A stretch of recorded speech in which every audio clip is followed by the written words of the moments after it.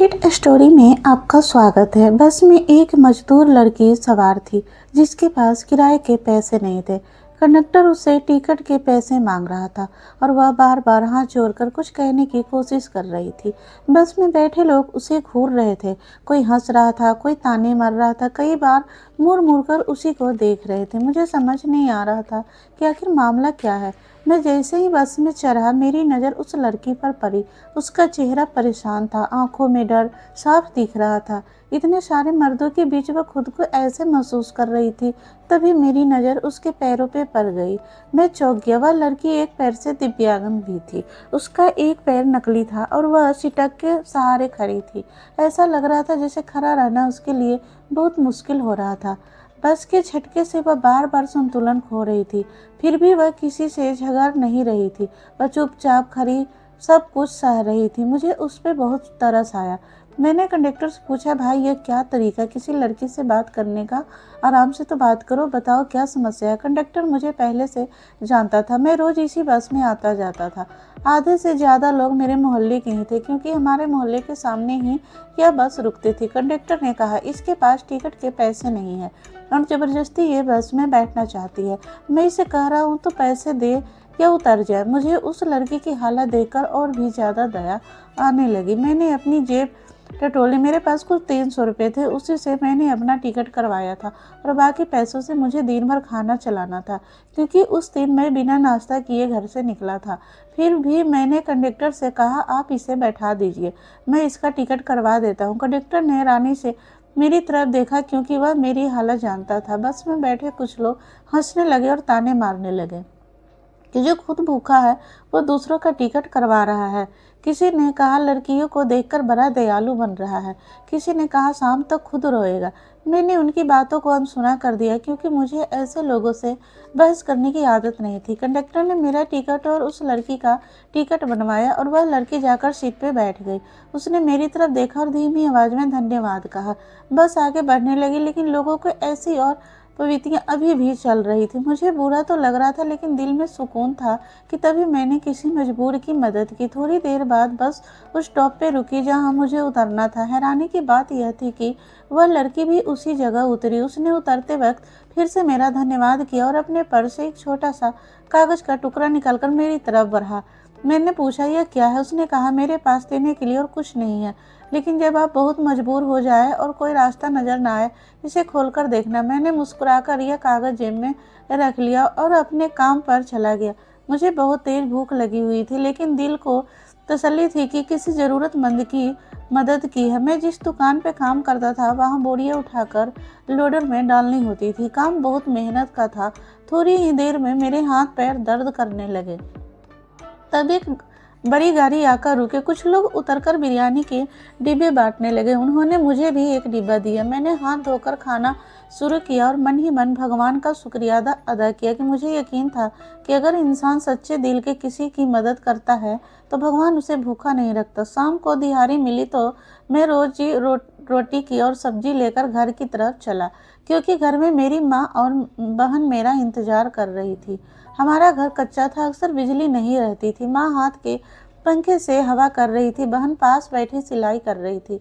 मैंने मन ही मन सोचा कि एक दिन मैं इन्हें हर सुख दूंगा, चाहे हालत कितनी भी खराब क्यों न हो। मैं कभी हार नहीं मानूंगा। उस रात में देर तक नहीं सो पाया। माँ और बहन दोनों खाना खाकर सो गई लेकिन मैं करवटें बदलते रहा। दिमाग में वही सब बात घूमता रहा। वह लड़की, उसका चेहरा, उसकी मजबूरी और लोगों की बेरुखी बार बार आंखों के सामने आ रही थी। जेब में रखी वह पर्ची भी याद आई लेकिन मैंने उसे निकाल कर नहीं देखा क्योंकि मुझे लगा कि वह खुद एक गरीब मजदूर थी।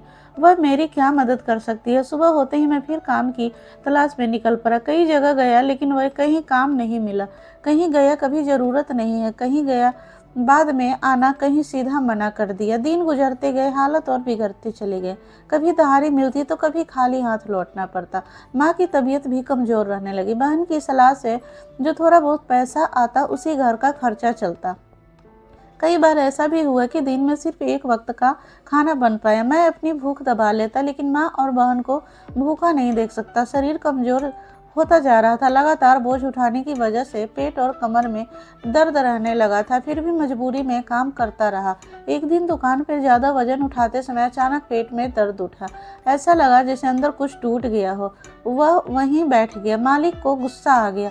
उसने कहा, अगर काम नहीं कर सकते तो यहाँ क्यों आए हो? अगले दिन फिर वही दर्द है, लेकिन अब सहने की हिम्मत नहीं बची थी। कुछ दिनों बाद मालिक ने साफ कह दिया कि अब तुमसे काम नहीं होगा और मुझे निकाल दिया गया। उस दिन मैं खाली हाथ घर लौटा। मां मेरे चेहरे से ही समझ लिया कि कुछ ठीक नहीं है। बहन चुपचाप बैठी रही। किसी ने कुछ नहीं कहा, लेकिन घर की खामोशी बहुत भारी लग रही थी। अगले कई हफ्ते काम की तलाश में दर दर भटकता रहा, लेकिन कहीं भी टिकने लायक नहीं काम मिला। डिग्री होने के बाद भी मजूरी के अलावा कोई रास्ता नहीं दिख रहा था। मैं खुद से सवाल करने लगा कि पढ़ाई का क्या फायदा जो पेट भरने के लिए भी संघर्ष करना पड़े। दर्द अब सिर्फ शरीर में नहीं रहा, बल्कि हौसले भी टूटने लगे थे। एक दिन माँ को तेज बुखार हो गया। दवा लेने के पैसे भी नहीं थे। बहन रो रही थी और मैं खुद को बेबस महसूस कर रहा था। पहली बार मेरी आंखों में आंसू निकले। मैंने ऊपर आसमान की तरफ देखा और पूछा कि आखिर मेरी परीक्षा कब खत्म होगी। तीसरे दिन जब हालात बिल्कुल काबू से बाहर हो गई तो अलमारी के पास बैठा अपनी पुरानी फाइलें देखने लगा। वही फाइल जिसमें मेरी डिग्रियां रखी थी। उसी फाइल को रिटकते समय अचानक एक पीला सा कागज नीचे गिरा। मैंने उसे उठाया तो दिल जोर जोर से धड़कने लगा। वही बस वाली लड़की की दी हुई पर्ची। इतने सालों बाद मुझे उसकी याद की। जब बहुत मजबूर हो जाऊं तब इसे खोलना। मैंने बिना देर किए एक पर्ची खोली। उस पर एक पता और एक नाम लिखा था। मुझे नहीं पता था वहाँ क्या मिलेगा, लेकिन अब खोलने के लिए कुछ भी नहीं बचा था। मैंने फटे जूते पहने और दर्द में जूझते ही उस पते की तरफ निकल पड़ा। मैं उस पते की तरफ बढ़ता चला जा रहा था। शरीर में दर्द था, पेट में जलन थी, लेकिन मन में एक अजीब सी उम्मीद जाग रही थी। रास्ता बिल्कुल अनजान था। यह शहर का वह इलाका था जहाँ मैं पहले कभी नहीं आया था, जहाँ की सड़कें चौड़ी थी, दोनों तरफ बड़े बड़े घर थे, ऊंची दीवारें, चमकदार गेट और हर तरफ हरियाली। मुझे लग रहा था जैसे मैं किसी दूसरी दुनिया में आ गया हूँ। मेरा फटा हुआ जूता और मैले कपड़ों इस माहौल में मुझे और भी छोटा महसूस करा रहे थे, लेकिन अब वापस लौटने का कोई मतलब नहीं था। कुछ देर चलने के बाद मैं एक बहुत बड़े गेट के सामने पहुंचा। गेट पे लगी शक्ति पर वही पता लिखा था जो पर्ची पे था। मेरा दिल जोर जोर से धड़कने लगा। मैं सोचने लगा, क्या सच में यही जगह है? मैंने हिम्मत करके घंटी बजाई। थोड़ी देर बाद गेट खुला और एक गार्ड बाहर आया। उसने मुझे ऊपर से नीचे तक देखा। मैं कांपते हाथों से वह पर्ची उसे दिखाई। गार्ड ने पर्ची देखी, मुझे फिर देखा और बिना कुछ कहे अंदर जाने को इशारा किया। जैसे ही मैं अंदर गया मेरी आंखें खुली की खुली रह गई।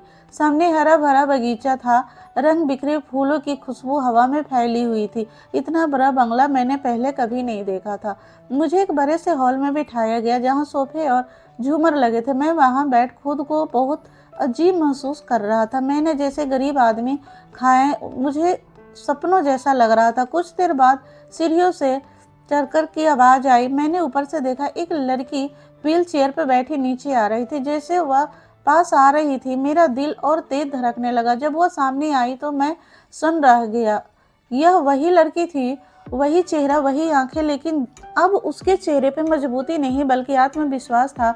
उसने मुझे देखते ही हल्की सी मुस्कान दी और कहा, मैं जानती ही थी तुम एक दिन जरूर आओगे। मैं अपनी जगह से खड़ा हो गया और कुछ बोल नहीं पाया। मेरे गले में जैसे शब्द अटक गए थे। उसने खुद ही कहा, तुम मुझे पहचान गए हो ना? मैं वही हूँ जो उस दिन बस में थी। मेरा नाम जैनब है।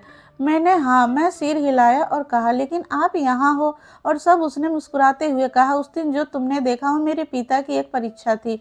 मेरे पिता बहुत बड़े कारोबारी थे, लेकिन वह हमेशा कहते थे कि दौलत से बड़ा इंसान का दिल होता है। वह चाहते थे कि मैं अपनी दिव्यांग के बावजूद दुनिया को करीब से समझूं, लोगों को व्यवहार देखूं। इसीलिए उन्होंने मुझे बिना पैसे के साधारण कपड़ों में बस में भेजा, ताकि मैं देख सकूं कौन इंसानियत दिखाता है और कौन मुंह फेरता है। उस दिन बस में सैकड़ों लोग थे, लेकिन सिर्फ तुम एक ही थे जिसने मेरी गरीब भूलकर मेरी मदद की। मैंने सिर झुका लिया। मेरी आंखों में आंसू आ गए। जैनब ने आगे कहा, मेरे पिता अब इस दुनिया में नहीं है, लेकिन उन्होंने मुझे यह सिखा दिया कि नेक इंसान को पहचानना बहुत जरूरी है। मुझे अपने काम के लिए एक ईमानदार और संवेदनशील इंसान की जरूरत थी। तुम्हारी डिग्री से ज्यादा मुझे तुम्हारा चरित्र पसंद आया। उसने एक कार्ड मेरी तरफ बढ़ाया और कहा, यह मेरी कंपनी का कार्ड है। मैं चाहती हूँ कि तुम हमारे यहाँ मैनेजर के तौर पे काम करो। मेरी आंखों में आंसू बहने लगे। इतने दिनों की तकलीफ जैसे एक पल में हल्की हो गई। मैं कांपते आवाज में कहा, लेकिन मैं इस लायक नहीं हूँ। उसने कहा, तुम बिल्कुल इस लायक हो, क्योंकि जिसने भूखा रहकर किसी के भूखे की मदद की हो वह कभी गलत नहीं हो सकता। उसी समय उसने अपने स्टाफ को बुलाया और मेरी माँ की इलाज और घर के राशन का इंतजाम करने को कहा। उस मुझे लगा जैसे भगवान खुद मेरे सामने खड़ा होकर मेरी पीठ थपथपा रहे हैं। जैनब के सब सुनकर मैं कुछ देर तक कुछ बोल ही नहीं पाया। इतने सालों की थकान, डर और पीवीएफ के एक आंख साथों बहन, मैंने कभी सपनों में भी नहीं सोचा था कि मेरी जिंदगी इस तरह बदलेगी। मैं बार बार यही सोचता रहा कि उस दिन बस में अगर मैं भी बाकी लोगों की तरह नजर फेर लेता तो आज मेरी हालत क्या होती। जैनब ने मुझे पानी दिया और कहा, घबराइए नहीं, अब सब ठीक हो जाएगा। उसने बहुत सादगी से लेकिन पूरे विश्वास के साथ यह बात कही जैसे उसे खुद नहीं बल्कि ऊपर वाले का पूरा भरोसा हो। मैंने उसे अपनी और अपनी माँ और बहन के बारे में बताया। माँ की बीमारी और घर की हालत उसे बताई तो उसकी आंखें नम हो गई। उसने तुरंत फोन किया और डॉक्टर और दवाइयों का पूरा इंतजाम कहा। फिर उसने मुझसे कहा, आज से आप हमारे परिवार का हिस्सा है। यह शब्द मेरे लिए किसी दौलत से कम नहीं थी। उसी दिन मुझे गाड़ी से भेज दिया गया। जब मैं अपने मोहल्ले में उस गाड़ी से उतरा था, पड़ोसी हैरान से हैरानी रह गए। वही लोग कभी मेरी गरीबी का असर देख करते थे, जहाँ चुपचाप मुझे देख रहे थे। मैं सीधे घर के अंदर गया। माँ बिस्तर पे कमजोर हालत में लेटी थी, बहन के पास बैठी थी। डॉक्टर और दवाई आगे देखकर माँ की आंखों में आंसू आ गए। उन्होंने मेरे सर पे हाथ रखा और कहा, बेटा, भगवान ने तुझे खाली हाथ नहीं लौटाया। उस रात पहली बार हमारे घर में चैन की नींद आई। अगले दिन मैं जन्म की कंपनियां पहुंचा। वहाँ माहौल बिल्कुल अलग था। हर कोई इज्जत से बात कर रहा था। किसी ने मेरे कपड़े या बीते हालत पे नजर नहीं डाली। मुझे मेरे काम की पूरी जानकारी दी गई। जैनब ने खुद को ऑफिस घुमाया और कहा, यहाँ काम सिर्फ मुनाफे के लिए होता है, यहाँ इंसानियत भी जरूरी है। मैं पूरी मेहनत और ईमानदारी से काम करने लगा। शुरू में शरीर का दर्द अभी भी था, लेकिन अभी इलाज शुरू हो चुका था। धीरे धीरे दर्द कम होने लगा। हर दिन जब मैं ऑफिस जाता तो मन में शुक्रिया होता। एक छोटी सी मदद से मेरी जिंदगी बदल दी। कुछ महीनों में ही हालत पूरी तरह बदल गई। माँ पूरी तरह ठीक हो गई। बहन के लिए अच्छे कपड़े आए और उसके चेहरे पर मुस्कान लौट आई। हमारे कच्चे घर की जगह पक्का घर बनने लगा। मोहल्ले के लोग अब सम्मान से बात करने लगे, लेकिन मेरे दिल में किसी के लिए कोई शिकायत नहीं थी, क्योंकि मैंने गरीबी से भी सब्र रखना सीखा था। एक दिन जनाब ने मुझे अपने ऑफिस बुलाया और कहा, तुमने साबित कर दिया कि मेरे पिता का फैसला सही था। तुम जैसे लोग ही समाज को बेहतर बनाते हैं। मैंने सिर झुका लिया और कहा, यह सब ऊपर वाले की मेहरबानी है, मैं तो बस एक जरिया हूँ। उस दिन ऑफिस से निकलते वक्त मैंने आसमान की तरफ देखा और दिल ही दिल में शुक्र अदा किया। मुझे लगा जैसे जिंदगी ने मुझे फिर से जन्म दिया। समय तेजी से गुजरने लगा। मैंने पूरी ईमानदारी से अपना काम करता रहा। जनाब ने कभी मुझे मालिक और नौकर जैसा महसूस नहीं होने दिया, बल्कि हर फैसलों में मेरी राय ली जाती थी। मैं पूरी तरह जिम्मेदारी से काम संभालने लगा। कंपनी में काम करने वाले लोग अब मुझे इज्जत की नज़र से देखते थे, क्योंकि उन्हें पता था कि मैं सिर्फ पद से नहीं बल्कि अपने व्यवहार से वहां पहुंचा हूं। कुछ ही समय में कंपनी का काम और बेहतर होने लगा। नए लोग जुड़े, पुराने कर्मचारियों की हालत भी सुधरने लगी। माँ पूरी तरह स्वस्थ हो चुकी थी। बहन की सलाह के काम को भी बढ़ावा मिला और उसके हुनर की तारीफ होने लगी। हमारे घर में अपना अमित खाना बनने लगा और सबसे बड़ी बात, घर में सुकून लौट आया। एक दिन मैं उसी बस स्टॉप पे खड़ा था जहां सालों पहले वह घटना हुई थी। वही बस, वही कंडक्टर और कुछ जाने पहचाने चेहरे भी दिखे। कंडक्टर ने मुझे पहचाना और मुस्कुराते हुए कहा, आजकल बड़े आदमी हो गए हो। मैंने मुस्कुराकर जवाब दिया, इंसान वही है, बस हालात बदल गए। मैंने उस दिन बस में बैठे लोगों को याद किया जो हंस रहे थे, लेकिन मेरे मन में उनके लिए कोई करवाहट नहीं, क्योंकि अगर उस दिन वो ना हंसते तो शायद मेरी नेकी इतनी मजबूत ना होती। आज मैं पीछे मुड़कर देखता हूँ तो समझ आता है कि जिंदगी हमें हर मोड़ पर रखती है। छोटी सी मदद कभी कभी बहुत बड़ा रास्ता खोल देती है। मैंने उसने सिर्फ एक टिकट नहीं करवाया था, बल्कि अपने भविष्य का दरवाजा खोल दिया था। अगर इंसान सच्चे दिल से किसी मजबूर की मदद करता है तो ऊपर वाला उसे ऐसे रास्ते रोजी से देता है जिसकी उसने कभी कल्पना भी नहीं की। इसीलिए कभी किसी का छोटा मत समझो और कभी मदद करने से पीछे मत हटो। वही यह काम आपकी पूरी जिंदगी बदल दे। दोस्तों, अगर आपको कहानी अच्छी लगी हो तो लाइक करो, चैनल को सब्सक्राइब जरूर करें, ताकि ऐसे ही सच्ची और प्रेरणादायक कहानियाँ आप तक पहुँचती रहे। कल फिर मिलते हैं किसी एक और नई कहानी के साथ।